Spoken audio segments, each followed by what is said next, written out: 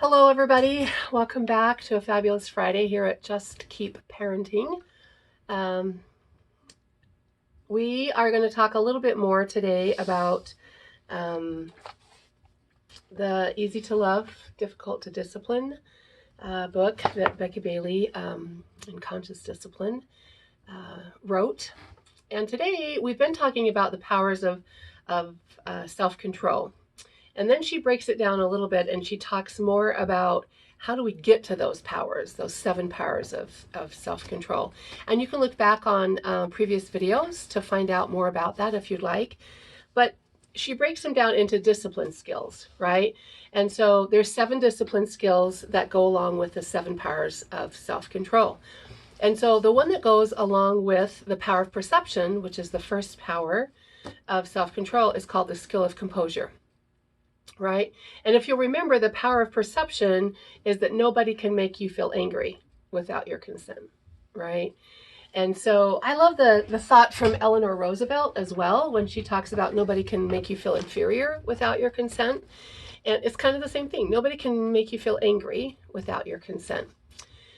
And so as we think about the power of perception and then using the skill of composure, right? To keep ourselves grounded, to keep ourselves calm in sometimes hard moments. And so as we work on that skill of composure, we're teaching our kids integrity. So many of us, as parents, as humans, we think about the saying that, do as I say, not as I do. Last week's video was all about the amazing power of example, the amazing power of modeling. And there's a great video out there that talks about, that I use in one of my classes, that talks about the power of example and how children do what they see. And so as we learn to control our anger, as we learn to be more composed, then we're teaching our kids integrity, right? It's pretty easy for us to be reactive in situations, whether it's reactive at work, reactive with our children, but our goal is to be proactive rather than reactive, right? So yesterday, I had my limits tested in the classroom, and I just kept saying to myself, download the calm, Dory, right? Download the calm. As I was working with a child, and I just kept thinking to myself, I can keep my composure even though they're losing theirs, right? By downloading that calm, by remembering that he wasn't angry at me, he was angry at the situation. And fortunately, or maybe unfortunately, from his perspective, I was the one that was trying to help him through that.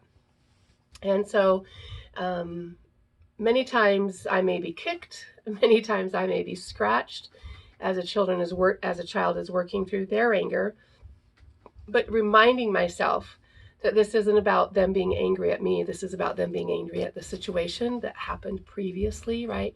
So I'm continually downloading the calm, right? And pretty soon he feels that calmness from me, and he's able to process, to get from his brainstem back up to his thinking brain, right? And as we think about it as an adult, our thinking brain, right, is our cortex, right? And so that's where we're conscious and we're rational, right? We call it our thinking brain with the 4-year-olds, right? Our thinking brain. But then we go further back, we have the limbic system, right? And that's the emotional and the memories, right? So when we're presented with situations, right, 2 things happen: fight or flight, right? If a child is pushing our buttons, so to speak, we fight or we flight, right? And so what happens is our adrenal glands send a quick message, right, to our brain. And it's like, oh, something's got to happen here, something's got to happen here, right? And if we give in to the demands, right, if we give in to them, it's a form of flight. We can give in to them and hit them back, right? But really, what are we teaching them, right? That it's okay to hit when you get upset. And so giving in teaches them that obnoxious behaviors are acceptable, right? And so sometimes I have to walk away, even in the classroom, right? I have to walk away. And when I was in the classroom by myself, I would say to them, I'm going to choose to step outside for just a minute and take a deep breath, and then I'll come back in and we'll talk about this, right?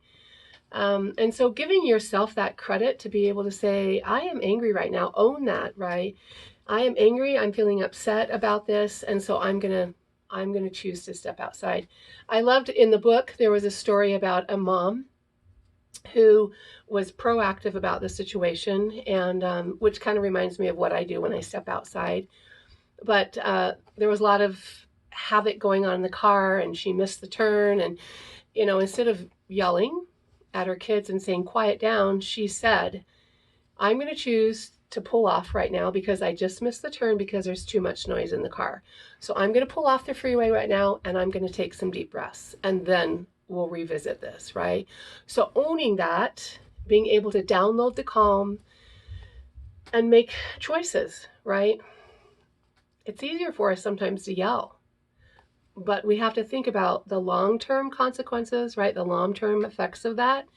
And sometimes when we download our memories from the limbic system, what happens is we're downloading our mom and dad. And even though most of our parents did some really great things, there's also some things that are like, oh gosh, I'm never going to do it that way, right? And when we download that and when we get into the limbic system, who comes out?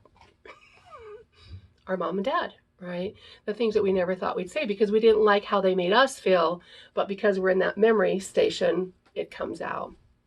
And so there again, just being present, being aware of what's coming out of our mouth, being aware of what's happening inside our brain, even to be able to say, wait a minute, that is not what I want to say.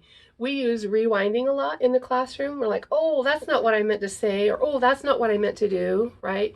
What a great example for our children to be able to recognize that, wait a minute, I'm in my limbic system, let me roll backwards, let me try this again, right? And giving them that powerful example of, we can try it again.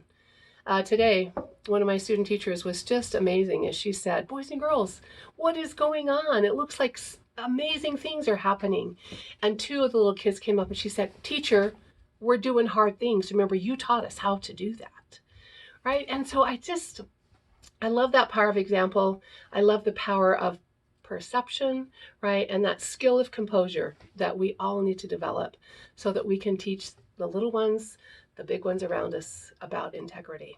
So let's go forward this week and work on that skill of composure, reminding ourselves to be proactive rather than reactive in our situations and our relationships with others.